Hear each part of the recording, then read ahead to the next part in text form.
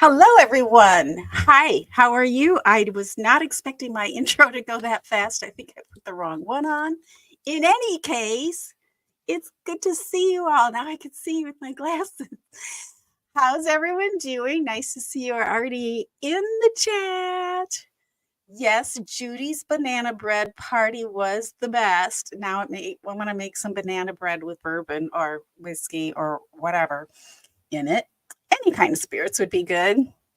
She is so creative and fun. Oh, I love Judy so much. And you've watched it a few times. She's the best. Can you guys hear me okay? So much going on in trials this week. Oh my gosh. Tennis Girl might be a few minutes late. Okay, I think I'll wait to chit chat maybe till the end. So it's good to see you, Dave. Judy is too much. I mean, now I've got that Karen Carpenter song stuck in my head. Oh, she's so fun. So where we left off last week, if you're just joining us, there's a playlist in the description of this podcast, of this live stream or podcast, wherever you're listening. And you can catch up, but where we're gonna start off is where we left off, and that was with the interrogation of Nick Houck. And so this will be part 2. We didn't quite get through the first 2 hours of his interrogation, but we're going to try and get through that and possibly get to the second interrogation, which was about, I want to say 8 days-ish later. And of course, this was back in 2015, right after Crystal Rogers went missing, shortly after, and before he was fired from his job as a police officer in Bardstown, Kentucky. So we'll get as far as we can tonight, probably go an hour if my throat holds up that long. And I can't wait to get into the second part, but we've got to do it in order. So we're going to go ahead and do that. Anything anyone wants to say before we get started? I'm going to come back. I'm just, excuse me, pulling up the video. And I just want to check the chat. Yeah, he is something else. It has been quite a treat, right? To put it mildly. I don't know how else to say it. To watch this interrogation. The brothers are, oops, I have Brooks, not Nick. Excuse me. We don't want that. The brothers Houck are quite the specimen. Hey, they're quite a lot alike, seeing a lot of similarities between the two, and the family traits, which is always interesting, especially if you're following any crime that involves a family conspiring together. It's really interesting to see that family dynamic play out. So let me go back and get Nick. And it's been 8 years. It's been 8 years, 2015, when this started. And I'm just going to go ahead and share that. 8 years. And he's not arrested yet. Not arrested yet. Which is really frightening. Okay. Oh, and that's not the right one either. It's the one I wanted to do. Sorry, you guys. I should have gotten that together. I know. It's really, I should have gotten this together. Sorry, you guys. I keep grabbing the wrong video. I don't know what's wrong with me tonight. Okay, stop. Okay. One more time. Here we go. This time for realsy. Okay. Not together at all today. I don't know what's wrong with me. Here we go. This is back in July 15th. She went missing. I believe the last time she was seen was on the 4th of July. So, rhombohedral.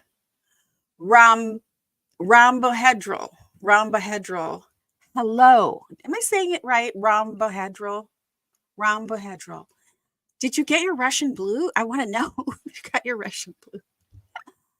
Okay, so here we go. This is part 2 for me of the interview with Nick Houck, and is shown right here what the interview date was. I'm going to make it full screen, and then I'm going to slide ahead to where we left off, which was about 5:55 p.m. at that time. Oh, how's the kitty? I want to see pictures. I wish there was a way for you. You can email me pictures or something. Do you have an Instagram? My cat has an Instagram. Every cat should have an Instagram. So if you have pictures or way to share them with us, we want to see your pictures. It'd be great. Oh, I love kittens. Okay. All right. So, and just by way of reminder, this video comes from, I passed it up. It doesn't say. It probably says on the end, but it's the Nelson County Gazette. All right. So let's get on ahead. And we are Thursday when they took your cruise. This is approximately where we left off. So this is where we will go. Yes, we got to figure this out. Only YouTube. I love YouTube. I only spent a small amount of time on other platforms, but most of my time on YouTube. It's definitely become my very favorite place to be. Okay, so here we go. We're going to just cover like a couple minutes of where we left off just for context. Let me know if you can hear or can't hear, so I don't go too far without checking the sound. I hate to even put a number on it. I mean, I really don't know. 1, 2, 3, 10. How many things? I'm not even gonna put a number on it. I can't. Can you hear him? But you know, do you know for a fact it was after they filed a missing persons report that you picked it and linked it I up? don't even know that for a fact. Well, when did you move the furniture? I've got a dozen rental properties. I've been moving stuff out of, the garage over there for 2 or 3 weeks now. I've got the garage where? 104 Glenview Drive. How long have you been out of 104 Glenview? You said Just a few days. Okay. Was there a certain day you had to be out of there by? Mm-hmm. What was that date? July the...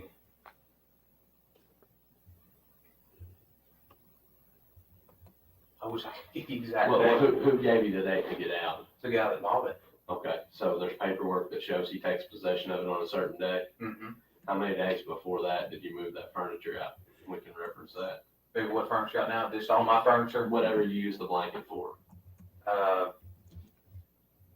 I would say, I'd say at least a few days before, So a few is 2, maybe.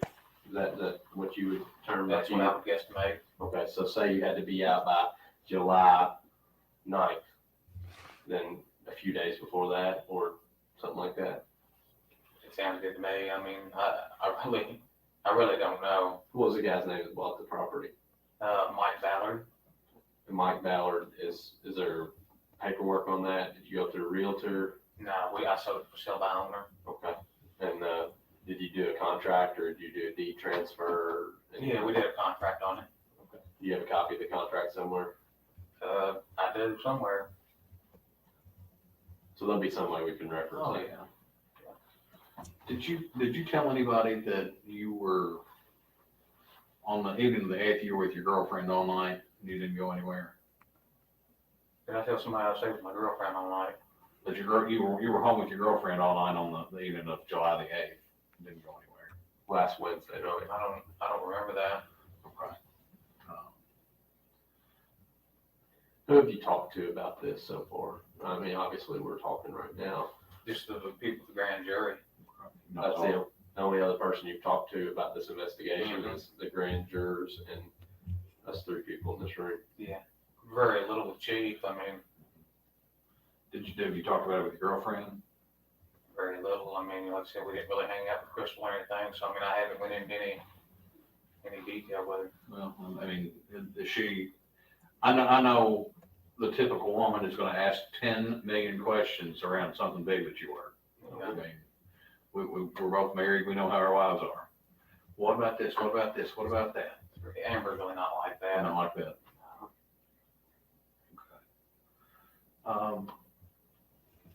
Do you talk to any of the other officers here? I mean, y'all are obviously all. I've been off work. He just put me on paid leave or administrative.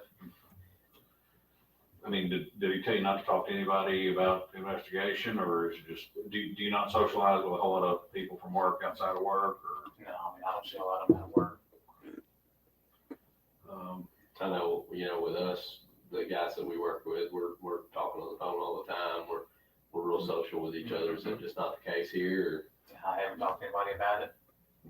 But just in general, I mean, are you social with the guys you work with, like Jason Yeah. Ellis? Did you talk to him a lot when Oh, you worked with him? Well, yeah, I mean, I talk to all the guys, but I mean, it's not like we hang out on the weekends together or anything like Okay. that, so. But when you're here at work, you talk about Oh, stuff. most definitely. He's really not answering a lot of questions. They have to ask twice oftentimes. Not sure if he's just being evasive or if he's stressed out and not answering. But if just a basic question here, do you socialize with your workmates? We all socialize with each other because obviously, since he didn't answer the question that they asked, they said, do you, and he's like, no, I didn't talk to anybody from work about this. That wasn't what the question was. So he's pretty defensive and evasive in his answers. Any of the officers or anybody come and approach you and ask you questions about the case? Instead of knowing that you're kind of close to the family. They haven't asked. And you haven't talked to your brother about this case? I haven't. Very little to nothing. So, I mean, how did the conversation go when he called you and said, I'm on my way up here to the PD to be interviewed? I can't remember how they stated it. He just, I guess, just said they were gonna interview him. That may have been like his I second mean, interview. did he seem nervous? Was he scared? Was he asking for advice? Was he confiding in you? Like, what was he? Brooks, the same old Brooks. I mean, if you don't talk that much generally and your brother calls you, there's gotta be some reason he's calling you. I mean, he calls me from time to time. It's not like we just completely ignore one another, but we don't just hang out all the time. But if he called you, that day, what did he say? I had no idea. I mean, you're the only one that was on the phone line with him that time, right? Just you and him. So he has no idea what Brooks said to him when Crystal went missing. No idea. No, there wasn't anybody else. It wasn't a three-way call. It was his phone calling you. Mm-hmm. And you can't remember anything that was said at all. He didn't say, hey, is there something I should do? Should I wear a nice shirt? Should Brooks has got common should I sense. fix my hair?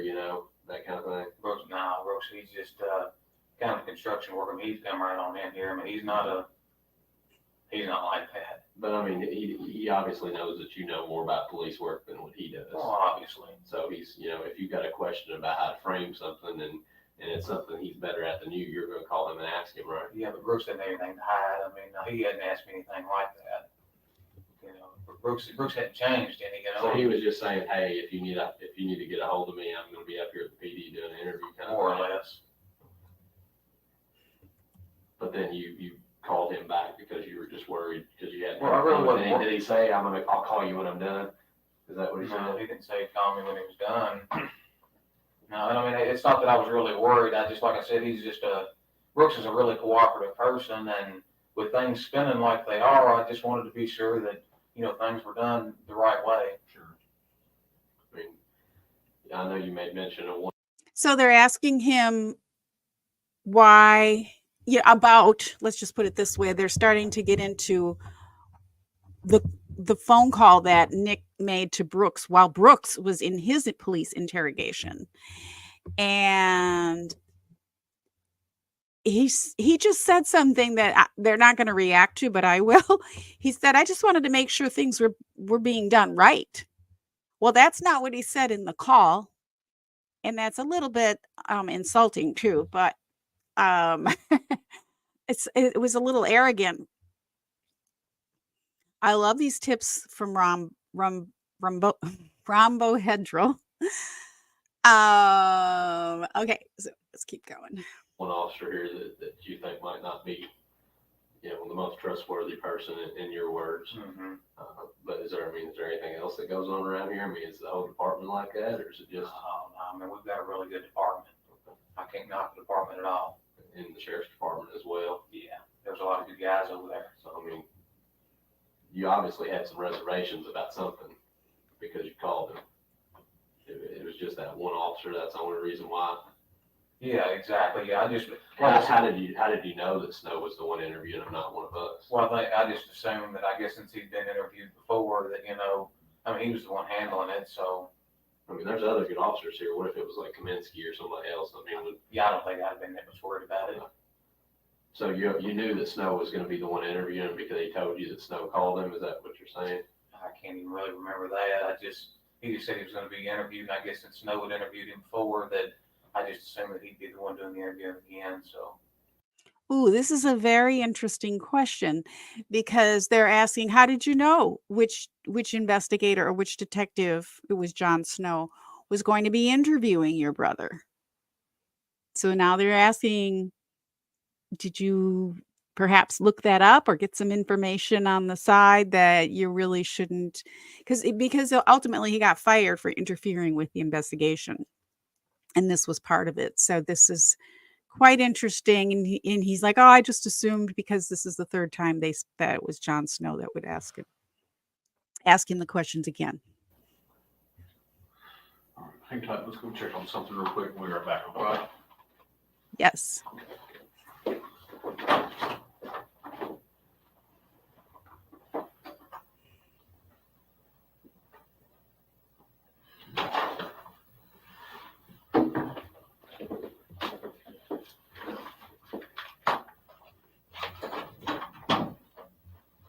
All right.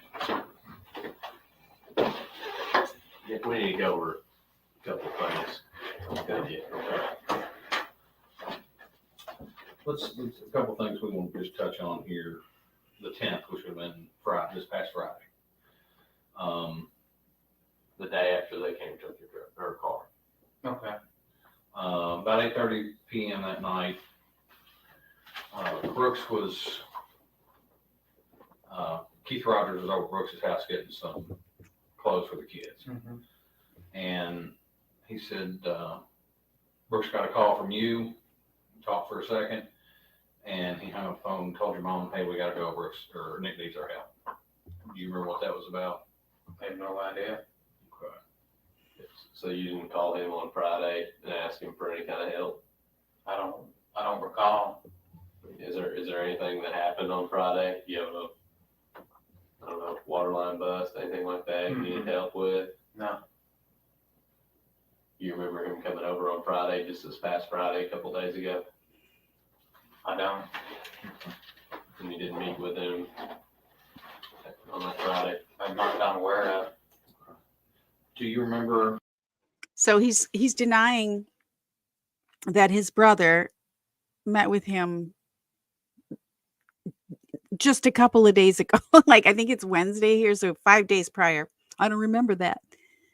Not even trying to appear like he's cooperating, which is interesting. I mean, you don't have to cooperate, but he is a police officer, so it's a little different for him. Going over to Brooks's house and unloading some stuff out of your trunk into your mom's car. I don't know that I've unloaded anything from the cruiser. Yeah. So they're asking him if he went to his house on Friday, and this is very specific, unloaded things from Brooks' car and brought those things to his mother's house. And he's like, I don't know. Well, that's very specific. Okay. That is a very specific question, which would imply that they have some kind of video of that, or somebody was watching, which no doubt they were watching Nick's home at that time. There's you got neighbors that have, a spot that they can actually see your cars in the driveway, right? Over in that area. Now, a neighbor stated that they saw you taking something out of your trunk and placing it in your mom's car. Oh, a neighbor. That didn't happen. Nothing. I mean, you didn't even take a fire extinguisher out or anything. So, Okay. Where would the fire extinguisher be if it wasn't in your trunk when they took your car? Should be in the trunk of the car. I don't think it is it? I don't think there's a fire extinguisher back there. Nothing would be in your mom's car out of your police cruiser right now if we went and popped it. Well, if we went and looked, if she let us. Not a thing. So going back to the Friday night, would there be anything on your phone? So it wasn't a video. It was a neighbor who reported it, and they were watching. The whole town is watching them as recently as what I want to say 3 years ago.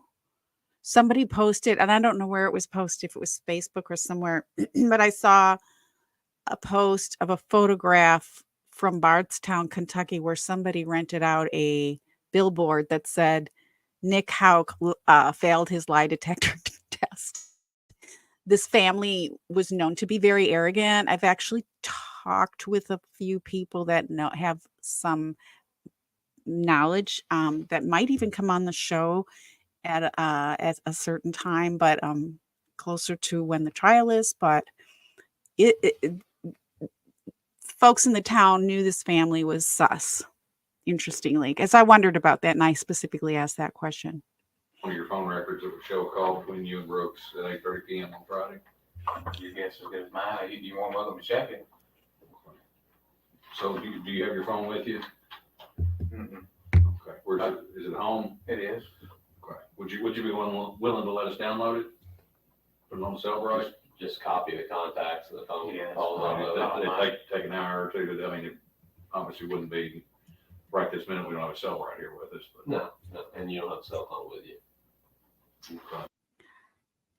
He doesn't have his cell phone? Like, who leaves their phone at home anymore anyway?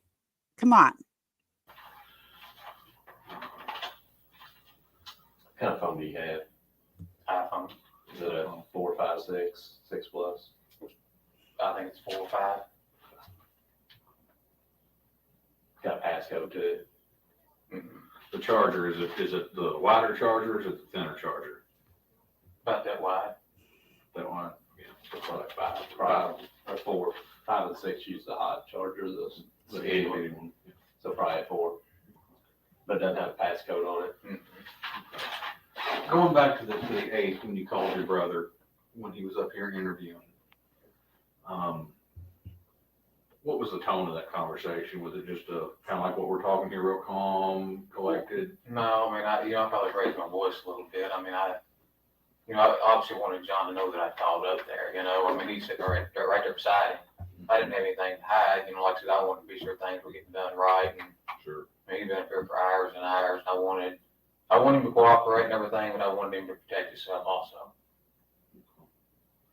I mean, if you raised your voice to the point that we could sit there and basically hear word for word on the recording, on the audio recording. I mean, that's how much you raised your voice. I mean, that's.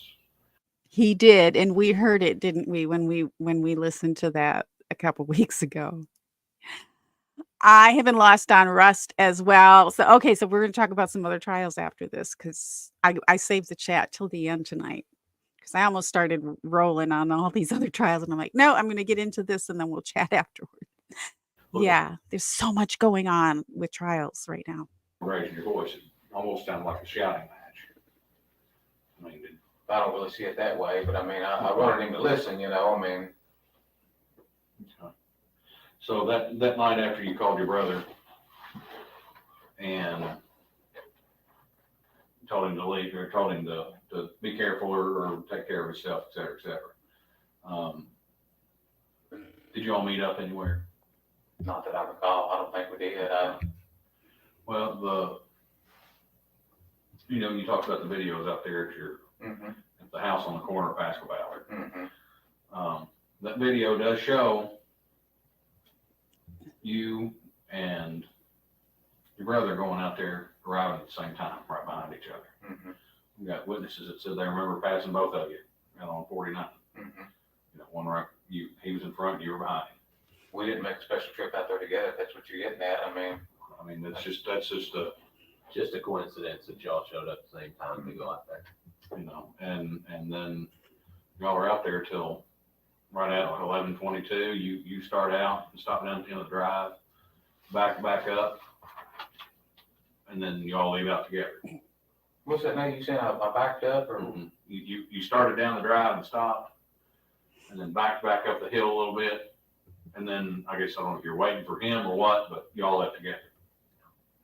I don't remember that, but Well, I mean, Well, we know you arrived together and you left together. We know that.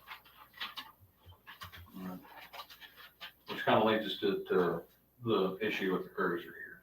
Okay, we got some issues. okay.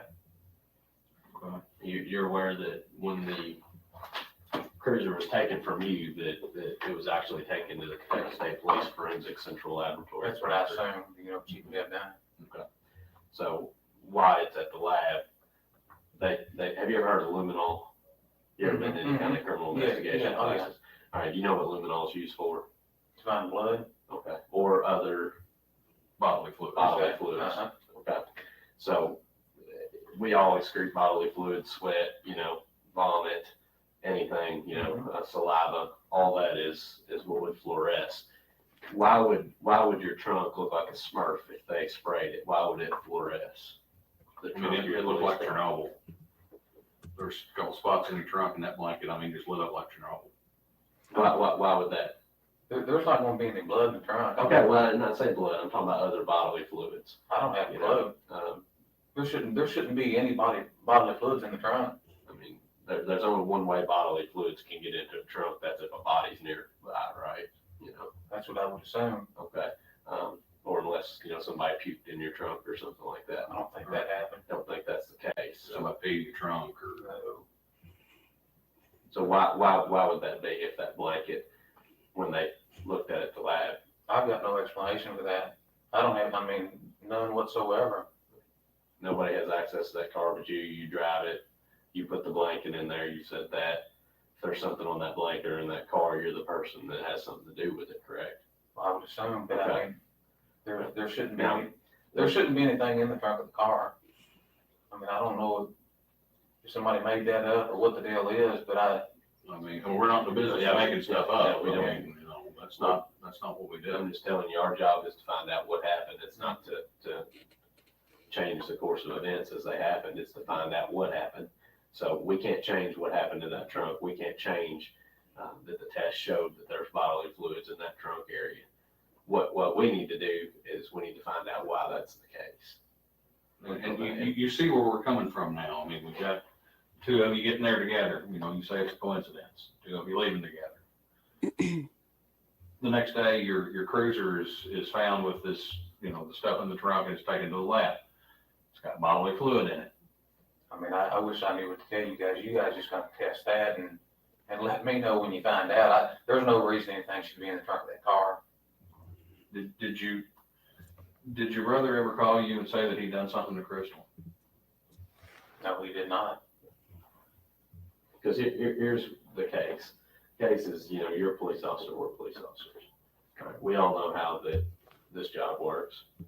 I don't believe in coincidence after having this job. I don't know if you still do or not. Not much. I don't, because that when somebody is sitting here talking to us and telling us that everything's a coincidence and we have either physical evidence or video or something to prove that that's not the fact, we kind of stop believing in coincidence. Now, that's the case of where we're at right here. There's too much linking you and him leaving when he leaves the police department, going down the road, both arriving together, both leaving together. There is some reason why you all went out to that farm.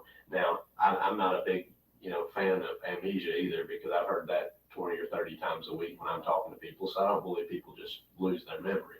I think people forget what they don't want to talk about. They hide those things. And sometimes it's a good person that does that because they're trying to protect their family or they're trying to protect themselves. But you know what?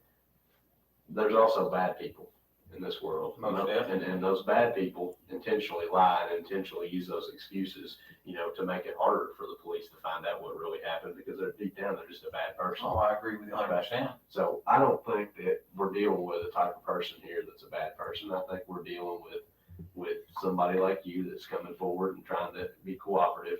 But then again, I think you're somebody that would protect your family in a case like this. And if your family told you something, that you would try to protect them to the best of your ability, especially since you're a police officer. Okay. She's got kids. I mean, there's no way that I would cover this up for him. Okay. Well, I mean, But, you know, we also have to take it, we all have family. We don't have family bonds around. I mean, you know, family's family. You know, you've got your work family, and you've got your real family. Mhm. And, you know, there's things that the people have done in the name of family that have been in positions that, you know, you would just kind of scratch your head to think, well, why would they do that? But it was all out of love, you know, for the family. You and your brothers, you grew up together, you probably rumbled on the ground together, knocking each other. Before they keep going on this, I just want to, it just haunts me in the segment that we started with last week, how when he talked about being a police officer, he right away spoke to how much he was earning as a police officer.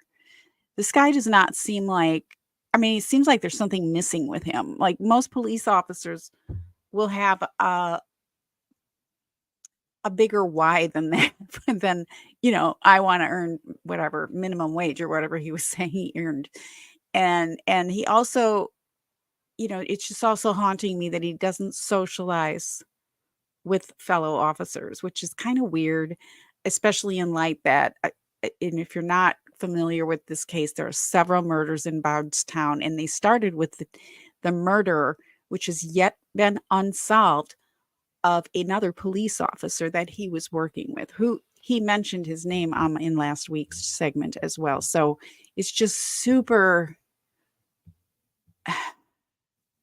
he doesn't seem emotionally invested at all in being an officer, what you would expect. He's not even trying. I guess is what I'm trying to say. I mean, I've got a brother. That's what we did growing up. We took turns beating the fire out of each other. yeah. But at the same point, we're at a point here, like you said, coincidences, we throw them out the window. You know, not knowing exactly what time you sit down and ate dinner yesterday, that's one thing. Not remembering that you ate dinner at that all. you ate dinner at all, that's another. That's a different thing. Yeah. You know, and then you add that on top of the biological evidence that's been located in the trunk. We're not That's what asking you hard. scares me right there. I mean, I just can't believe that. Well, we're not asking you hard questions here as far as, Oh, I'm not I- asking you, did you pull in at 7:22 PM on the other night? No. I'm asking you, hey, last week on Wednesday, a week from today, do you remember going out to the farm? Do you remember arriving with your brother? Do you remember leaving with your brother? What did you do while you were out there? Those aren't hard questions. And I don't remember that. Okay. I mean, I don't. I mean, is it just such a routine that you go out there and just arrive at the same time? And We both go out there a lot, you know. I mean, it is a place we hang out, you know, quite frequently. Sure, and you've told us that, and we believe that. Mhm. But we're asking you specific days a week ago, okay? And have you been out to the farm since then, or is that the last time you've been out to the farm? Since the 8th, Since, yes, a Well, week ago last Wednesday. I'm sure I've been out there since then. Okay, have you and your brother both met out there since No. last? Okay, so we're asking you about the last time that you and your brother met at the farm.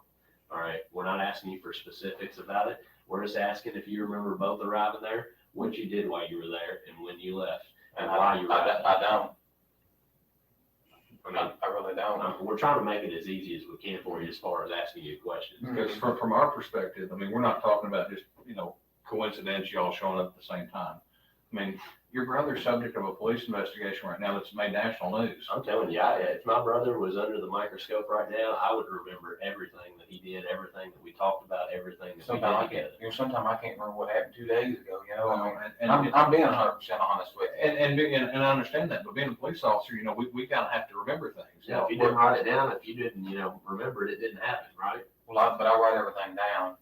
If you look at my notes, I mean, it's all written down. I've got it. When I go testify in court, I mean, I've got the report right in front of me, you know. Sure. But sometimes I couldn't tell you what I did 2 days ago. But work is one thing, your family is another. If something happened that was close to my family, if something happened where that I was affected by it, because you're affected by this, whether or not you think you are, Oh, you I are. agree. I mean, you're wrapped up in this. Even if there's no indication of anything else, your name is the same as his, right? I agree with Okay, that. and you do police work, right? Yes. And this is a police investigation. So there ain't no way you're gonna be able to stay out of this completely, right? No. Okay, so you ought to be thinking in your head, how am I gonna save face with the guys I work with? How am I gonna, explain this to my family? How you've got to have those things going through your head. If you're a normal functioning person like we all are, then it's natural for us to feel that way. It's natural He's not normal. Hint. There's a hint right there. He's either lying or he's not normal or both. for us to be inquisitive, especially as police officers. We always want to know what's going on. We're like the neighborhood watch 24/7, right? Mhm. I mean, that's the way we are. Now, I just can't expect that you would forget all those details, being as you're a police officer and sitting here talking to you and seeing how you interact with people. I just find that very hard to believe. Well, I'm sorry you find it hard to believe. That's the way it is. I mean, it's just, that's it. I mean, How annoying is that answer? I'm sorry you find it hard to believe. Let the gaslighting begin. The gaslighting that he does and his brother did is just, again, probably quite the learned family trait. Unbelievable. I mean, a month ago, I would expect you not to remember something, but a week ago, with all this national media attention Ugh. and all these questions probably being asked by people out here on the street and all these rumor mills going around, I would expect you to remember that. but at the same time, you got, I mean, he hadn't really came to me, I mean, you talked on that day, he called you. I'm sure we talked briefly, but like I said, I mean, we haven't really discussed anything, so therefore I don't have a lot of details to give you. But we're not asking. Who does that remind you of? Family members, tight-knit family. They're all co-conspirators. Oh, but I don't discuss anything with them. The cop and the lawyer both. Hello, Wendy. Yeah. Very Wendy of him. Details about necessarily what he did more than details about what you did, with details about you going to the farm and him being there. Mhm. Okay, and you all leaving, hence you being there and you leaving. We would expect, just going back to this time, y'all arriving at the farm at 8:11 p.m. Mhm. I mean, I know it's getting to be summertime, but, that doesn't leave you a whole lot of daylight for fishing or tooling around, and it gets dark about 9 o'clock. 9:30. So, but you're there till 11, almost 11:30. Yeah, but I mean, with all this going on, I mean, it's just like I say, it's just a good way to go out there and get rid of some stress. Well, what did you do to get rid of stress? I mean, what did he do to get rid of stress that night? Y'all shoot some clay pigeons or something, or? No, I mean, like I told you before, I mean, I'll go out there, I ride the four-wheeler religiously. I'll go to the lake and like the last hour before it gets dark, that's about the best time to go fishing. Sure. So, I mean, I understand y'all's perspective, but you got it wrong. I know you're doing your job and I'm not, I don't hold it against you. Do what you need to do, but Is there any reason that her DNA is going to come back in your trunk? I'm 100% certain it won't. You're dead in the water. No way. What about on that blanket? No way. Any hairs, fibers, No anything way. like that? No way. Never took anything out of your trunk, is what you're saying. I didn't. So if we had somebody who had seen you do that, seen you take stuff out of your trunk and put it in your Still name, just making stuff up. the coincidence of you all both arriving there at the same time, not having any kind of conversation, can't remember anything that you talked about, anything that you did at the farm, and then leaving at the exact same time. I'm telling you, it was coincidence. I mean, I know it sounds fishy, but that's I mean, the way it is. but I mean, you can appreciate how. Oh, I can. I mean, we're. I mean, this isn't our first rodeo, and I'm sure this isn't your first time dealing with a criminal investigation. So you kind of know what to expect. So I would even expect you to hold this to a higher standard and say, man, this is gonna, it just doesn't sound right. It doesn't match up. It's a weird case. I mean, it is. It's a weird case. They're saying, I would expect you to hold this to a higher standard, what I believe was his quote, if I'm quoting him correctly. And he comes back with, it's a weird case. I mean, it's almost as if he's talking about a case that's a year old or something like that. And just so, by the way, okay, so some questions that are coming up. First of all, since he was fired, and he hasn't even been fired yet, this is back in July 20. So we're going back in order to learn this case from the beginning because there's a million moving parts. But this is why he's being interviewed, to see if he was involved in the murder or disappearance of Brooks' baby mama, Crystal Rogers. And if he interfered with the investigation as a police officer, because if you looked at the interview from a couple of weeks ago, you'll see why and they just asked him about that. Since then, as recent as last fall of 2023, October, actually, it was announced as a surprise by the DA in a hearing for his brother Brooks, that Nick tried to sell a weapon under a false name. Guess who he sold it to or tried to sell it to? The FBI. So he's suspected that was the weapon that they believe killed Crystal's father, which didn't even happen yet at this interview. So a lot of your questions require a long answer because of the time and all that, but we'll just get through this part and we'll get to some of that too in the chat. It's a very odd case, and we're like I said, we're sitting here with it still remains that we understand that you may not remember every single time you've been out at the farm or what you do. We all have habits. Like I said, you ride the four-wheeler religiously, and fishing right before dark's the best time to go. Yeah, I understand that completely. But something's just not adding up here. 1 + 1 always equals 2. And you look at the fact that you call him and you raise your voice to him, like you said, to tell him that he needs to be careful.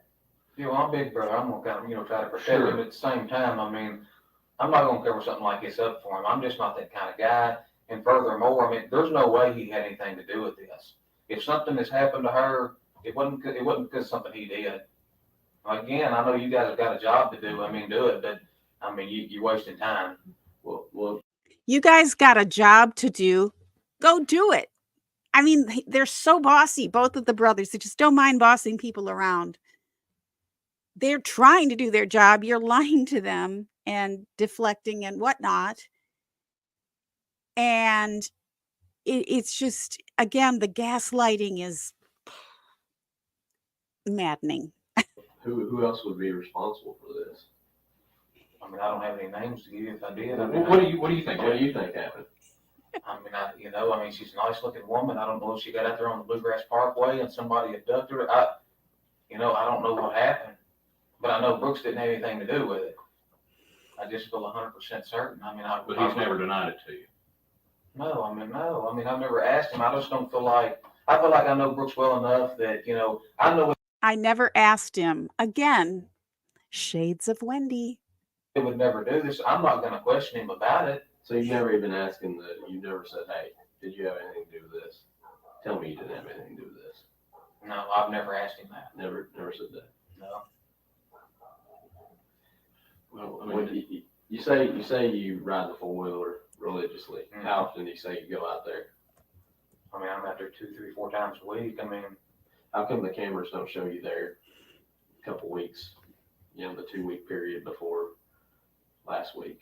I'm not saying I go there every week, but I'm just saying religiously means every week 2 to 3 times. Yeah, well, I'm just saying on average, I'm probably out there a good 2, 3, 4 times a week.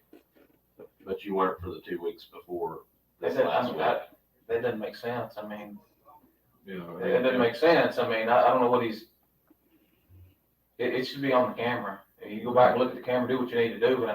But we have. You say there was a 3-week period I've never been out there? 2 weeks before. I don't believe that. So here's another interesting thing, very similar to his brother. He's saying, oh, go look at the camera. You can do all that. Okay. In other words, do all those things. I'm not going to help you. And Brooks did the same thing. Well, you can look at the phone. You can look at the records. Why do you need me to tell you? Yeah, well, they need to tell you so they can catch you in a lie or not cooperating or whatever. Mostly catching them in lies, but he knows that. But again, it's just the mannerisms are so arrogant and flippant with a missing person at this point. It's been almost a week. It's really, yeah, it's been a week. So it's maddening. For this last week, I don't believe that. like since before the 3rd. That's not accurate.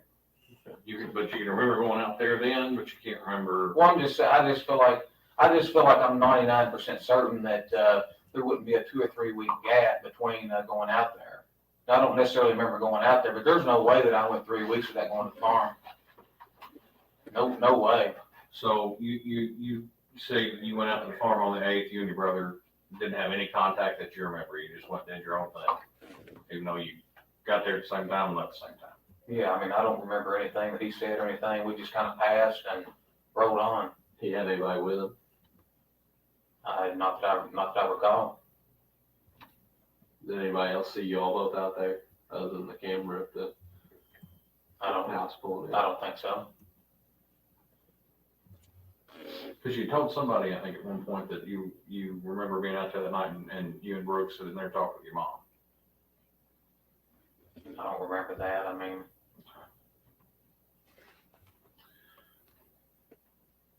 So you're saying that the biological fluids they found in the car, are you for certain there's biological fluids? Yes, I'm absolutely certain that they biological wouldn't fluids in there. they wouldn't cut holes in your trunk liner and take it for further testing if it wasn't biological fluid. When you get that car back and see that car, it's gonna have stuff cut out all over it. And that blanket lit up like Chernobyl. That When blanket they ain't sprayed coming back. Well, I mean, there's no way that none of her biological fluids or anything's gonna be on that blanket or anything. I don't know where the stuff came from, if it is there, but it's not hers. So you never helped him move a body? I did not. Never helped him move any evidence. Never. Because, I mean, here's what we think happened. We think that your brother is a good guy, and we think that he's probably a pretty good father to that boy. I mean, he's probably a pretty good boyfriend to Crystal, but we all have times where something just happens. All right, he probably found out that some other police officer or some other person in the town was cracking Crystal. And That very easily could happen. you know, and that very easily could happen, you know, somebody maybe around here, I don't know. But we think that that's what happened, and your brother found out about it and confronted Crystal about it. And when he did, you know, he probably tried to maybe do something to her as far as, you know, making her understand that wasn't going to fly with him. You know, that didn't happen. So this is very common for interrogators to first go, if they're getting nowhere, which they're obviously not getting super far with him, go to the, you know what, it happens, people cheat, crime of passion, might have even been another cop. I don't know why they would say that, but that's an interesting twist. But I forgot about this. I had watched this interview so long ago. I mean, years ago. So I'm remembering some things here that I must have forgotten. But anyway, very common for them to be like, yeah, well, there's probably a reason, you know, trying to give him any way to say, yeah, you know, he was jealous or something like that. Giving him an out, exactly. And then after that point, you know, maybe it went just a little bit too far. And when it went just a little bit too far, he couldn't turn back time. And when he couldn't turn back time, who's he going to reach out to? But the one person that he trusts and knows that would help him out, and that would be you. And when he called you or he reached out to you, you know, you heard that your brother was in a tough spot, and you being the good family man that you are, the good person that you are, you thought, well, I know this is wrong, but it's also right to take care of my brother and to keep him from going to prison for I the can rest of see his you life. looking at things And that then- way, but I mean, there's no way that happened. I mean, I've done told you that, you know. Well, at that point, Nick, you talk to him and he asks you to do something for him, and you try to help him out with advice all that you can, but it finally comes to a point where advice isn't good enough anymore. He actually needed somebody to help him with something. And at that point, Nick, that's when you had to actually do something that you're ashamed of and you're not proud of, and you blocked it from your memory because you are ashamed of that. And because you're a good person, you actually have feelings, you block that out in your head. When you block that out in your head, that's why you're having a problem remembering this stuff. But I know, and Detective Bond here knows that something like that happened. And that's exactly what we think happened in this situation. And Nick, this is the time and the place. This is your one chance. Now, Nick, if we find out that this stuff comes back in your trunk, or if we find a body, if a hunter finds that body pretty soon, assuming, that they do, it's going to be a different game. It's going to be a different ball game at that point, okay? This right now is the first inning. Once we find that out, that's closer to the ninth. We've got less time to make up ground and change what's on the scoreboard, because the scoreboard is going to be the same as it would be in the ninth inning, as it would be in the top or the bottom. It's not going to be what it was in the first. All right, we can change the score right now, but we can't later. So Nick, this is the only opportunity that we have to sit here and find out if you're the actual honest person that we think that you are. I'm 100% honest. And I don't deny that, Nick, but you're not being honest with us about this, okay? I've been 100% honest. Okay, and it's obvious you've got plenty of experience. I mean, you guys are squared away, but I can tell you, there's no way it happened the way you said it. It sounds logical. It's very logical, Nick, because it's what happened. But no, it didn't happen that way. Because it's what It happened. didn't. Okay. How do you know it didn't happen? Nick, you can't remember what happened. Well, he's saying Brooks did it, and I was in on it. I mean, there's no way. Were you there? Were you able to say that Brooks didn't do it? No, but I know him well enough to know that. I know lots of people, okay? I know troopers that I've worked with for my entire career. And guess what? They're not troopers anymore. And I thought I could say Because they that. made a mistake. I thought I could say that. Because you know what? We're all love people, that. no matter what this says, no matter what we go to church and say on Sunday, no matter what that we appear like, everybody is a person. And every person can change in a heartbeat. Well, Whether they choose to or not. Sometimes things just happen. We make mistakes. I haven't made any mistakes, and I have been 100% honest. Well, Nick, I don't disagree that. I haven't made any mistakes. Spoken like a true.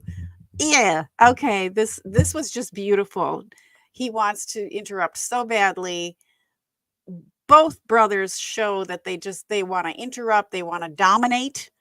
They want to dominate and control conversations, boss people around. This just was beautiful. Very therapeutic. You hadn't made any mistakes in your career, maybe, but in this, there's been some mistakes made. Otherwise, we wouldn't be sitting here talking to you. Because when you start thinking with this goes out the window. Logic goes out the window. Man, all I can tell you is, I mean, Brooks is a good guy. He didn't have anything to do with this. Obviously, I'm hoping for the best and expecting the worst because I'm a police officer. I hope she walks in his front door anytime, but at the same time, I mean, she's been gone for a while. She hadn't made contact with the kids. Well, You guys got it's national media attention. We know that she's not just out walking around in the public somewhere because somebody would have called us.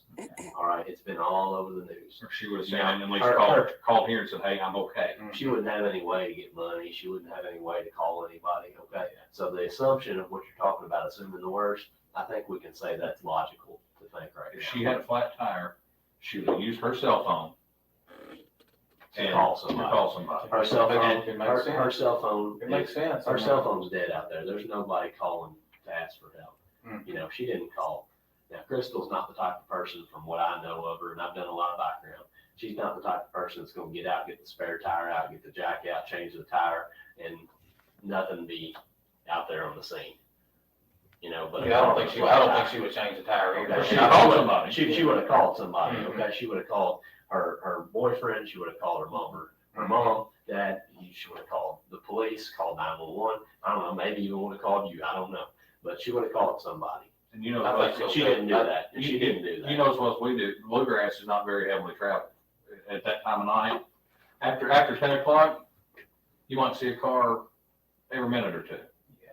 Man, I can appreciate the job you guys are doing. I mean, I'm not, But I mean, Nick, we're not just doing a job though, Nick. We're trying to find out for the 4 kids. She got 4 kids, right? 4 or 5, maybe 5. Okay. She's got 5 kids. We're trying to find out for them because it's not fair for them to not know what happened to their mom. I'm with you. And that's why we're here. We're not here to get anybody in trouble. I mean, that's part of our job. We got to arrest people. We got to put them in jail. But our main job, or what I come to work for, is to solve these crimes, to give people answers. All right. and I'm not gonna waste my time on something that's not worth it. So I wouldn't be here talking to you, Nick, if I thought this was a waste of time. And when you said it's a waste of time, you know, I don't think you understand that. I think the Okay, time this is not a waste of time. I think the time would be better spent somewhere else. I mean, that's all I'm looking. We're at. I think the time would be better spent right here if we just all started telling the truth. You know, Well, if we all started I talking. know I'm telling the truth. Well, Are you Nick, telling the truth? Nick, I'm telling the truth. Okay. But what I need you to do is I need you.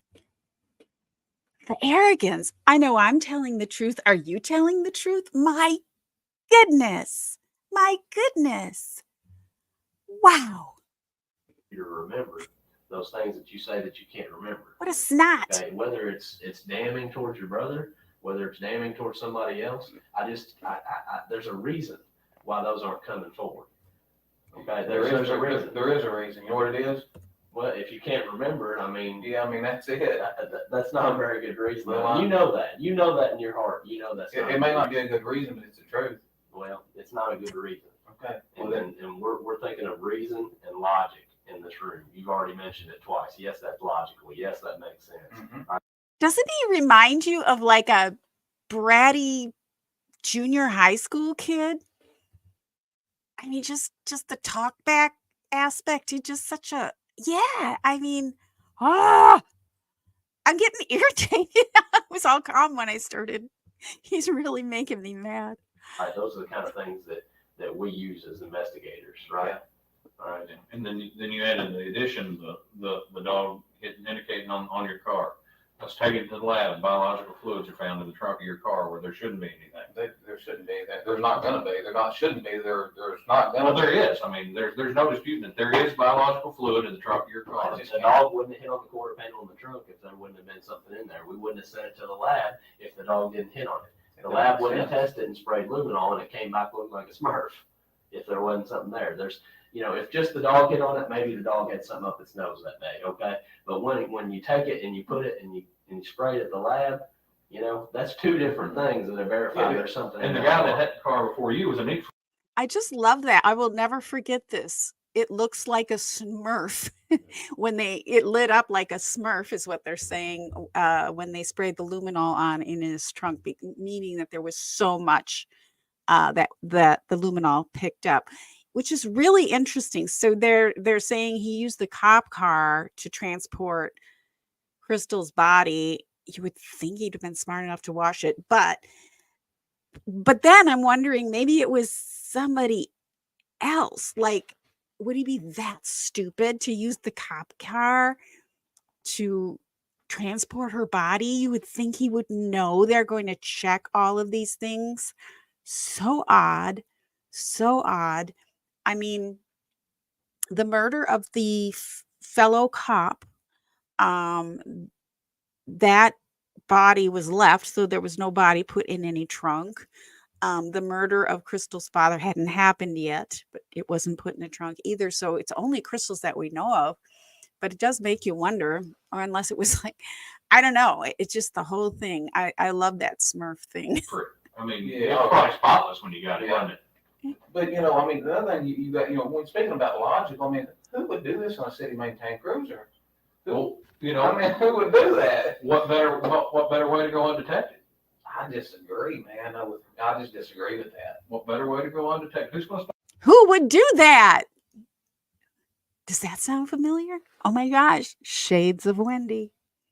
Da, da, da, da, da, da, da, da, Stop the police car. I wouldn't. Yeah, I just, I mean, on the bluegrass, how many people no one's going to do Who's that. going to stop a truck that's been followed by a police car? Nobody. Who's going to think anything if they see a police car on the side of the road? I see your side up there. I guess there's flip sides to everything, but But who's going to think of anything if they see a police car on the side of the Bluegrass Parkway behind the car with the flat tire? You know, dropping a car off on the interstate. Nobody's going to think anything of it. They're going to say, look, I mean, it's you're a right. mistake. I can't deny it, you know, but you're wrong. I mean, Well, you tell me that you're telling the truth, and that's what you're maintaining, right? most And definitely. you're telling me you want to be cooperative. That's why you're here, right? Yes. Okay. What about taking a polygraph exam? You took one to Polygraph. become a police officer. I took one to become a police officer. Didn't you take one? Yeah, I do. Okay. Now we know that your brother went up there and took a polygraph. Okay. He didn't fail the polygraph. All right, we didn't say he failed the polygraph. Mhm. They said that the polygraph was inconclusive, which means it's neither pass nor fail, right? Mhm. Okay. So if they can't get 100% accurate reading, they're not going to make a judgment on it, right? Because they're being fair. All right, inconclusive doesn't mean anything. It just means inconclusive. It's like clocking two cars. If you can't tell which one was the one you're getting ready to write a ticket for speeding, you're not gonna write it. Yeah. You don't pull them Yeah, out I unless don't- you're 100% sure. I don't mind to take the polygraph. I mean, I really don't. So you take a polygraph and say the exact same thing if they ask you on the polygraph. If they said, Nick, did you have any involvement with the disappearance? I'd say no, because I didn't. Okay. And if they said, Nick, did you have any knowledge of her disappearance? What would you say? No. Okay. Now, if they ask you, did you load that body up into the trunk of your Bardstown City Cruiser? No. Okay. So, pretty easy test, wouldn't it be? Sounds like it. Okay. You be willing to do that? How'd you do on it? How would you do on it? I think I'll pass it with flying colors. I've got nothing to hide. How about anybody else? I mean, did Crystal, do you think Crystal would have known something that she shouldn't have known, and that's probably why she went missing? If you don't believe the story about him getting, maybe a little physical with her maybe one time? Now, this is an interesting question because this there was speculation that Crystal knew about the death of the other police officer and that she found out about that, and that also that there was some knowledge that she gained about Brooks cheating on his taxes. I think it was more about, I think it was her mother who said that she came upon information. Don't quote me, but on that. But there has been some talk about what Crystal, maybe she came into some knowledge that made her a threat. You think she could have known something? What's that now? Back up a little bit. I'm not following. Okay. Well, you said you don't believe the story that he maybe got a little physical with her. No, I don't think Brooks has ever been physical with her. Now, what about Brooks? He's got a lot to lose. I mean, he's got a pretty nice life, it seems like. I mean, he's doing pretty well for himself. What if she had some information that would turn his life upside down? Yeah, I mean, he would still, no matter what she had, he wouldn't have done anything like this. Okay. And what if she had information on somebody like you or somebody else? What would you say about that? I don't know where you're going with information. What kind of anything? I mean, what if she knew something about you that you didn't want anybody else in the world to know? Or anybody, not just you. I mean, and if she did, what do you ask? Do you think that might have been what happened? I mean, is that more logical than him getting a physical altercation with her? What's more logical? I mean, did she pop off and say, I know you're dirty, you're doing this and this to these tenants, or you're doing X, Y, and Z to this, and he just, He ever say anything like that to you? No. He never mentioned anything about her making stuff up about it? No. Telling her friends anything? So obviously we've gone down that it's not a logical explanation in your mind. I don't think so. And what, like him, I agree. I think what happened is it was something heat of the moment. We all get in the heat of the moment, and just be honest, shit happens. Mm-hmm. Shit happens that we can't take back, that we wish we could. Yeah, I mean, I just, I know nothing like that happened, and I mean, you guys are kind of going over the same stuff. I mean, if I could help you in any way with the investigation, I would. I mean, I'm just that kind of guy. She's got kids. There's no way that I could deal with something like that and just cover it up. What about Brooks? What about him? What about him? Is he that type of person, or is he I the think person that could? I mean, everybody's different. There's no way he could do something like that. He's not capable of it. Would he be capable of asking somebody else to do something like that? Brooks ain't gonna hire that out. I mean, there's just no way he had anything to do with it. What about, he rents a lot of property. I'm sure he rents to some shady people. Oh, I bet he does. They ever found any indoor grows or anything in any of his properties? No, not that I'm aware of. You know they do that around here a lot, Oh, rental yeah, most properties. definitely. Meth labs, anything like that. Yeah, I mean, Nelson County's full of dope. I mean, Any chance that he'd be involved in something like that? no way. Brooks doesn't fool with any kind of drugs. He doesn't drink. No way. I mean, there's certain people that are involved in that kind of stuff that aren't, involved in it Yeah, themselves, yeah. you know what I mean? They're in it for the money. Yeah, but he's not. I mean, he makes plenty of money. What do you think should happen to somebody, say they killed somebody in the heat of the moment? Just kind of they didn't really mean to. I think they're just as guilty as somebody that killed them anyway. Yeah, I don't have any patience for that kind of crap. I mean, she's got kids and stuff, and I mean, anybody that could have anything to do with her disappearance or possibly kill somebody, man, they need to be dealt with. What about somebody that comes in after the fact that didn't have anything to do with the killing or the disappearance? And I think they're just as guilty. do you think any of them should be given a second chance? No, I don't believe in taking chances. I mean, I'm a pretty conservative guy, you know, on a lot of issues, and Mm-hmm. I mean, man, anybody could do anything like that. Just we don't need them here on Earth. Mm? So if Brooks did do this, you feel the same way? Most definitely. If Brooks did it, he'd be dead to you. Yeah, I mean, I wouldn't have another thing to do with him. I mean, anybody that's that despicable and just disregard the kids, and I mean, that's a pretty nasty person. About as bad as it Even gets. if there was a reason, if that person thought they had a reason. I can't think of one reason in my head that could justify something like that. If somebody, you know, we obviously have to go through our lives thinking different than other people. As police officers, you know we might kill somebody every day we come to work. Possibility. But that's only if somebody's going to try to kill us first. Exactly. Now that's obviously self-defense. I mean, that's not. That's a difference. Okay.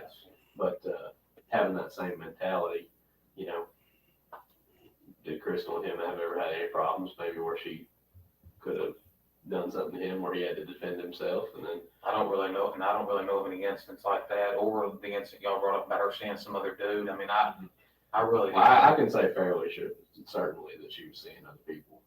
You know, she may have. I mean, I didn't really know her that well. I can't tell you you're wrong. You know.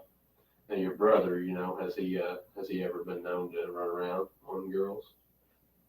I don't think he's ever ran around on her. I can't say that he's never cheated on a girlfriend, but I Well, mean, your brothers, you've probably seen some things or heard some things in the past, but as far as Crystal, he wasn't running around on her. no.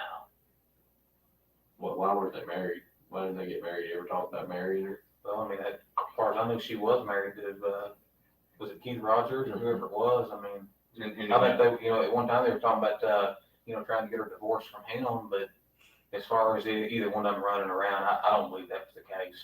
That's what I believe. But like I said, I wasn't around her a lot, and I can't tell you that you're wrong. Well, So he can't tell them that they're wrong about this, but he was adamant that they were wrong about some of the other things earlier. This is very interesting. By the way, I think these are really good interrogators. when did you take the polygraph exam? I'll be off the next few days, so I mean, So I mean, if that's if something, we got one set up for tomorrow, or got one, well, it's kind of late now to set one up tomorrow, but maybe if we got one set up for the next couple of days, would that be something that you could do? why don't we just shoot for Monday?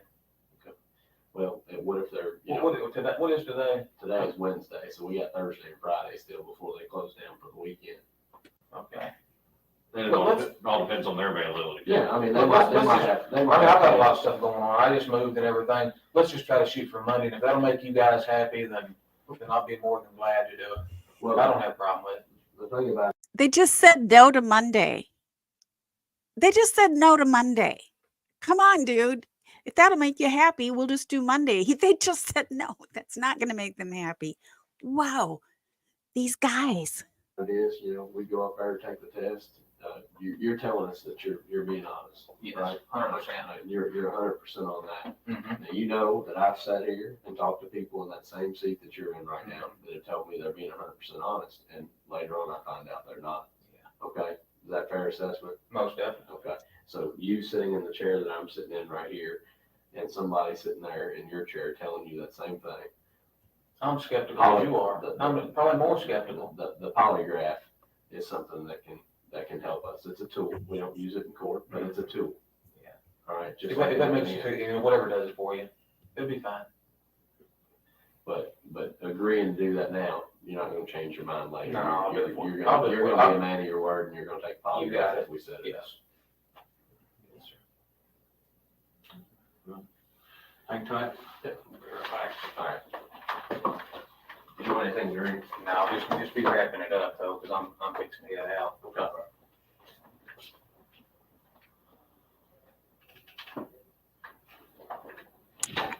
Pretty sure this is the end. Oh, Get here the we go. keys back from the car so we can get out of here. My mind's about to sleep. Can you think of anything else I need to ask you or anything else that's I important? don't. I mean, I think you did a good job, you know. I mean, I commend you for that. You seem like a pretty squared away dude. Well, yeah. I just want to make sure that we cover everything, because obviously there might be a second opportunity for us to sit down and talk. I mean, if you remember something that's different between now and then. Yeah, if you got I'll set up that polygraph exam, and I mean, I'm sure we can talk for a minute or two before or after that if we need to. If you got a card, I'll be more than glad to call you if something comes up. I mean, All right, so you ready to go? Yeah. There he goes. There they go. So that's that. So we have, let me see if I can show, I'm going to show the credits. I think there's credits at the end. Oh, no, it goes right to the next one. Okay, I'm not going to do that. Okay. So there you have it. There you have it. So the next interview we're going to see is his going over the results with them, or them going over the results with him of the polygraph. So it's about 10 days after this that'll be our next live stream. So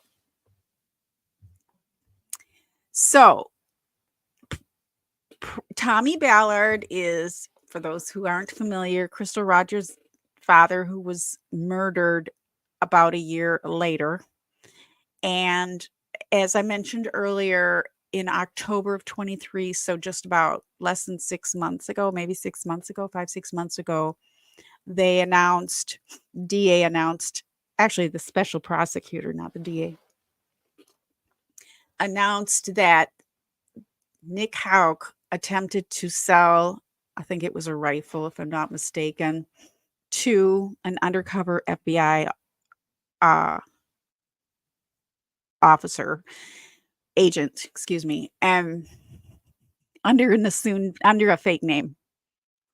And it was being sent away for testing, but they did believe it was the murder weapon of Tommy Ballard. So he held on to it for whatever it was, 8 years, 7, 8 years, then tries to sell it.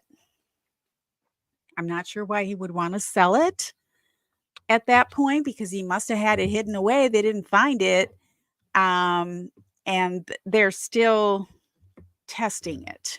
So I don't know what they can find out from ballistics and whatever from this gun, but they did announce that they thought it was the murder weapon for Crystal's father. So yeah, okay. So that is definitely an established fact that he is the number one suspect for Tommy Ballard's murder. Unfortunately, still no word on the police officer who was murdered a year before Crystal Rogers, who was one of his colleagues. But what they have said is that the style in which the police officer as well as Tommy were murdered were very similar. It was by somebody who knew what they were doing, how to disguise themselves, probably camouflage, whatnot, and take a shot and murder. So they're very similar. So they do suspect, I think, Nick in the murder of the police officer as well. So, okay, so that's where the acorn came from. Okay, I gotcha. Oh, and then Tennis Girl says the police officer story in the acorn.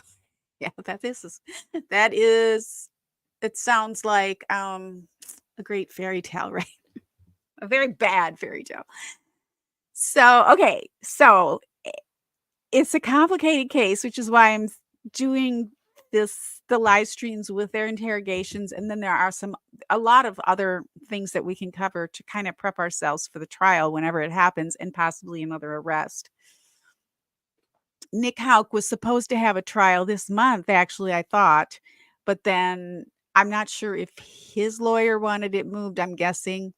But yes, so now he's being tried with 2 other co-conspirators who were indicted for being involved in helping with Crystal Rogers' murder and planning it. One of them was an employee / friend acquaintance of Brooks Houck, and the other is his father. So it's a father and son, not related to him, but a father and son who are also going to go on trial with Brooks. And I believe it was moved to February 2025, if I'm not mistaken. So it's not on my docket yet because it's 2025 and I'm having a hard time just keeping up with 2024 trials. If Nick gets arrested, even if he's charged with conspiracy, which I imagine he would be if he murdered Tommy Ballard, which is just insane. I imagine he would be involved in then be charged with conspiracy as well. Now, the grand jury met by then, in 2015, which was kind of leaked in the last hearing as well in October of 23.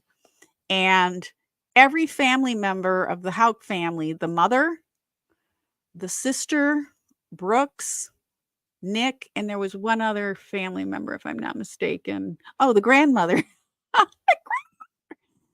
Brooks' grandmother. All recorded the secret grand jury proceedings that they were involved with. They were not charged because they didn't find out that they did record that. Those recordings were found. They didn't destroy those recordings. Those recordings were found when doing a warrant search in 2023, and in the statute of limitations had already worn out on that. So, I mean, this whole family is involved, including the grandmother. Another similarity to the Adelsons that I've mentioned before is that Brooks' mother wanted custody of Brooks and Crystal's son, who was, I believe, 2 at the time of Crystal's murder. Wouldn't let Crystal's mother see the child. After Brooks got arrested and it was announced that Nick's was suspected in Crystal's father's murder and that they recorded the grand jury, finally Brooks' mother, and her name escapes me right now, it's on the graphic I'll show at the end, finally gave up in the custody fight. So it's just all so messy and bad.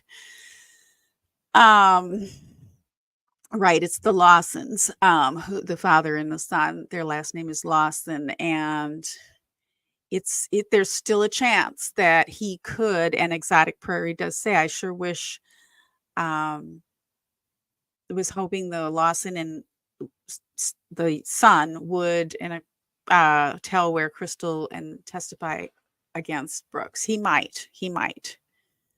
Yeah, very similar to the Adelsons. Okay, does anyone want to chat about what other trials? Okay, so that they were watching this week. I'm totally into Rust now. Hannah Gutierrez.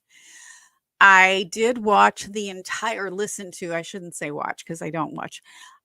Listen to the entire, whatever it was, 5 weeks of Jennifer Dulos, Michelle Troconis. And it was just such a nauseatingly long trial for what it was. I'm not surprised at the outcome or anything like that, but there were just so many things that I thought were interesting about that trial, but I'm just glad it's done because it just seemed to go on forever. But Rust is really interesting. I don't know if you have noticed this, but one of the things I watch for when I'm watching or listening to a trial especially if I can watch, is when a witness comes on, say for the prosecution, right? And then they're getting cross-examined by the defense. When the witness basically changes personality from one to the other, and I've seen this already so many times with so many witnesses, or at least 2 or 3, I should say, so far with the Rust witnesses for the prosecution, that it really makes me suspicious of the prosecution. Obviously of the person providing the witness, but it makes me suspicious of the prosecution. Why do they change personalities like that? It's so obvious in some of them. For example, I thought, and the name will escape me now, but the gentleman who I think he was the key grip, if I'm not mistaken. Yeah, I think he was the key grip. He was very articulate, and I'm like, oh, this is a really good witness. He's so articulate and everything. And he was on the stand for a long time, provided a lot of background, a lot of information. And then as soon as the defense lawyer started crossing him, and by the way, the defense lawyer is very gentle, and it wasn't that he brought this out, I don't think, changed personality completely. And I've seen that in several of the witnesses. And the last witness, that lady was just crazy. Not fond of the judge in the Rust trial. She's trying to take control back of her courtroom, but she's gone to the other extreme. I still think there's something really weird about that judge. I don't know what her problem is, but at first I loved the prosecutors, both of them. The male prosecutor is fine. He hasn't done they're both special prosecutors. There's a female and a male. Again, all their names escape me right now, but was really fond of her until the second day. And I'm like, she's trying to run this courtroom. She's on my nerves. She's all theatrics. And I feel like she is so much theatrics that they don't have as much of a case as they would like. I think Hannah will be held responsible. Don't get me wrong on that. But what I do feel is the case against Alec Baldwin is going to be really rough for him after this trial. I don't think that having her go first is going to benefit him in the way you might normally think, because I don't know if you guys are watching that part of it, but it just seems to me like Alec Baldwin is toast after this testimony. And I think the defense lawyer is really good. Both the lawyer and his second chair, they're both really good. Again, I thought all 4 of the main attorneys were great at first. The main special prosecutor, though, I've lost respect for her. So, okay, let me get to your comments. The dolly grip, not the key grip. That's right. Thank you. Okay. I think with the Draconis trial, it just went on and on and on. I didn't feel like they did a great job connecting the dots in terms of how she conspired with him. There wasn't as much there as one would think. But they got there. Rambo.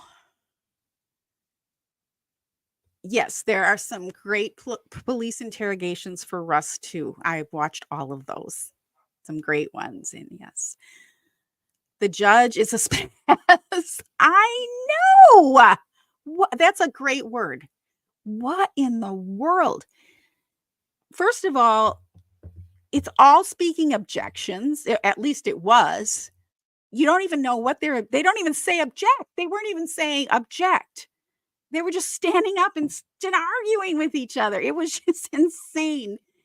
And now it's like they don't get to even say object. They just have to all go to sidebar, and that's annoying.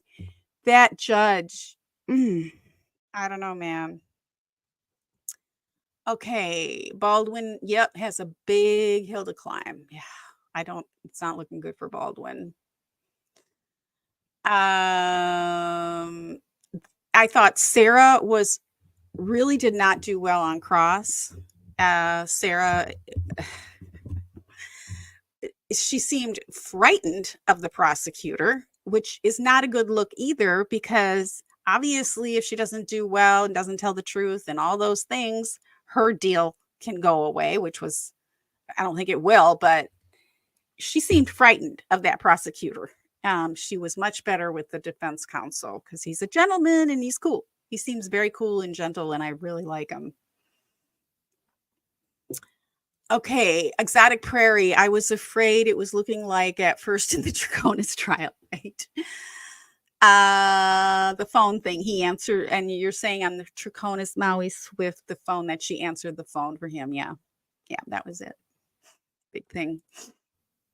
And you think there's going to be a hung jury, Exotic Prairie? Do you think there's going to be a hung on Rust? I could see them feel sorry for her. She is awfully young. She does seem to have, I feel bad for Hannah in that just looking at her, she's so young. She seems like she has maybe ADHD. That is not a great position for her at that as an armorer. If you can't hold your attention. I thought it was funny that last witness was saying, oh, she's so unorganized. She must have said it 30 times. And then she couldn't even hold a thought together. She seemed unorganized in her thoughts. And Rambo says, I only saw the testimony of the memory expert in the Draconis trial.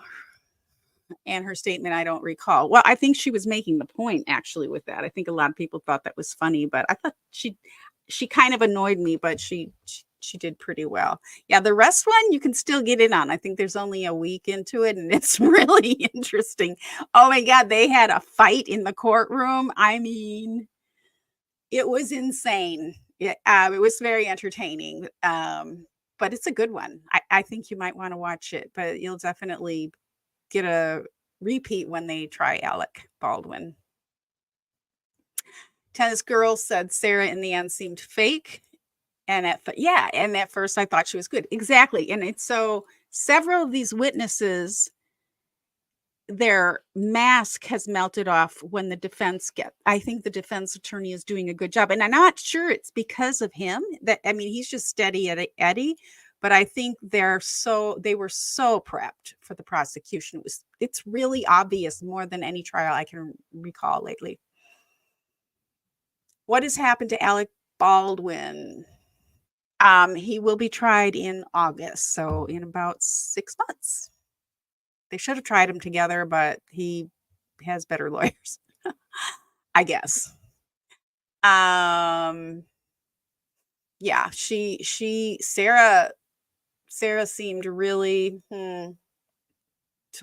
she definitely fizzled. Elizabeth if sour milk could be a person, Elizabeth Loftus. Okay, and Tennis Girl says the big thing Baldwin has in his favor is Hall's telling him cold gun before he gave it to him. What was his finger doing on the trigger? Especially for that scene. He was supposed to just be taking it out. He wasn't supposed to take it out and point. Like, what was he even doing? I thought they were just doing the camera, the dolly grip. I'm sorry, I already forgot. He was just supposed to be doing that one movement. And why did he have to do it 16 times? I mean, come on, it's not that hard. Hostile witness. Yeah, very hostile. I thought so too. An Exotic Prairie. Good point. Baldwin pointing things with that gun all over the place. This is not helping him. This trial is really not helping Baldwin at all. He's coming across as being a bully too on the set. Now, Hannah did seem to be young, but she did also seem to stand up for herself, which is reassuring. But I think the defense counsel was saying, oh, she was just young. It's her second movie. As an armorer, she couldn't stand up to the Alec Baldwin. And there was probably some of that, I'm sure, going on. And Helen says, I haven't watched the Rust one. It's a wild and good way to put, yeah, their masks melting off. And I really do watch that. Does a witness completely change their demeanor when they go from prosecution to defense? Because if you're just up there being a witness telling the truth, even if you're a witness for the prosecution primarily, you shouldn't have to be defensive or change your personalities or take an attitude when you're getting cross-examined, particularly with this lawyer, because he's very affable. So I'm seeing through at least 3 of them have really changed. Helen, watch it if you can. Watch it. And especially, I will tell you something sometimes with, here's a true confession just between us and whoever's watching. A lot of trials, especially if I'm annoyed with the prosecution or I don't have a lot of time, I'll just watch the cross. Because honestly, the prosecution's going to win. Most of the time, they're going to get guilty. It's kind of a given. What I find intellectually stimulating and interesting is how they're going to cross, and you learn more sometimes. So I really do. If nothing else, Helen, just watch the cross. And Tennis Girl, I heard Hilaria was staging and asked him to do something, but yeah, he should not have. Oh, Helena, sorry. Hilaria is his wife's fake name. Helena was staging and asked him to do something, but he should not have. Oh, it could very well be. It was a cross draw, but the shot was supposed to be just a close-up of when he was just putting his hand on the gun and slightly moving it. It wasn't supposed to be the entire act at that point.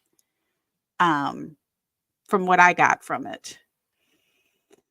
And there were Exotic Prairie, there were 6. The entire photography team walked off the job the day before this event happened, and there had already been 2 misfires of weapons that don't appear to have had anything to do with Hannah, by the way.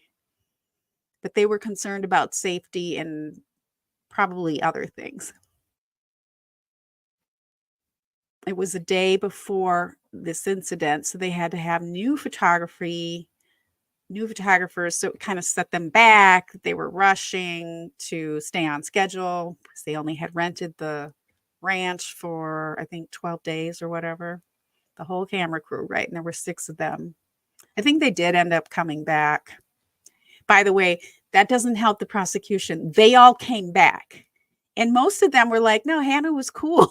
It wasn't Hannah. Like the way that they've tried this in the press, it was like all on Hannah. Everyone hated Hannah going into this. It's like, no, there's more to it than that, as usual.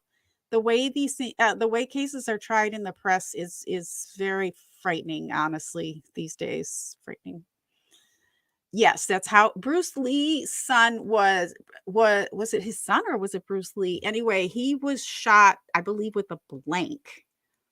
It wasn't a bullet. This was evidently a live bullet somehow got put in the gun. It was supposed to be dummy rounds, which are for appearance only, which is what they wanted for that close-up shot, even though you don't even have the thing open. But again, this was a lot of Alec wanting authentic weapons and dummy rounds instead of just leaving the gun cold, which would be there's nothing in it, including dummy rounds or blanks, nothing. So it didn't need to happen. And that was not her call. She was doing what they told her to do. Somehow a live round got put into the barrel. And there's a lot of, I don't know. I'm still not convinced somebody didn't do that somehow on purpose. Okay. David Halls was another one who came off so one way during the prosecution and totally different. And he wasn't even believable during the prosecution questioning at all to me. Yeah, Brandon Lee. That's right. Brandon Lee. Thank you. Thank you, Brandon Lee. So, that was horrifying. I remember. So sad. Yeah, so and that's the and then we'll close up on this on Maui Swift. And by the way, again, it's great to see all of you guys. It's just great to see you and be here.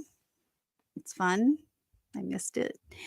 So Maui says, I think Hannah is the fall guy. And that's basically what the defense led with in their opening statements, that she's the scapegoat. And to a large degree, I think she is. That doesn't mean she doesn't have some responsibility in it.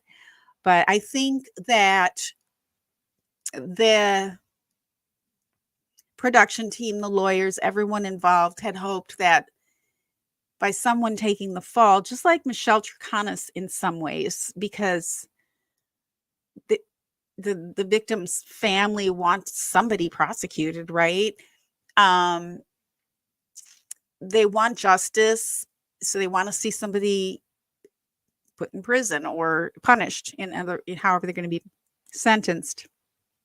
And in this case, I think Alec had delayed in hopes that maybe Hannah would take the fall and it would take the spotlight off of him. But I think it's really put the spotlight right on him. If you listen to this trial, to me, it's like, wow, if I were Alec Baldwin, I would be really worried right now. I don't know that either of them are going to get sentenced to very long, because it's not murder. It's, it's not reckless homicide. What's it called? You guys, I'm so tired. But anyway, unintentional, negligent manslaughter. So, yeah, I mean, there is some speculation, rightfully so, if you listen to all the details in the trial, and the defense lawyer doesn't mind saying it, that how did this happen? Because Hannah was clearly shocked that a live round was in there, or anything that could have gone off, anything but a dummy round, even a blank can damage somebody at close range if it goes off, right? She was 3 feet from him. So she was clearly under the impression that it was all dummy rounds, that she had checked it, rechecked it, knew what she was doing. Did somebody else put something else in there?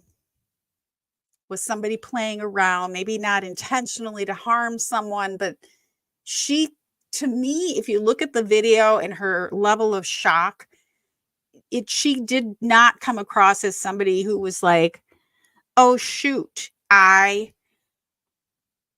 did this. Like, she was saying, I'm sorry and all that, but that doesn't mean that doesn't mean she knew what she was doing. Of course she's sorry. I'm sorry. I would say that. I say I'm sorry for everything I'm not responsible for. So that part doesn't get to me either, that she says she's sorry, but she definitely looked shocked. She definitely was under the impression that it was all dummy rounds. And so, but she will be held responsible. I'm no doubt about it. So yes, involuntary manslaughter. All right. And you missed our Packers podcast. You were going to gloat on your, yeah, every week, Thursdays, we do that. Thursday nights. Yes, I'm very happy for you that you got your Super Bowl. That's fun. It seems like 100 years ago now. It's really like not even been a month. Has it not even been a month? But the first couple of weeks I was still in Super Bowl mode. And last Thursday, I actually talked about a neat Super Bowl article that you might be interested in, because it was the first Super Bowl was the Packers and the Chiefs. So I did reference a really cool article and video, Exotic Prairie, that you might really enjoy watching.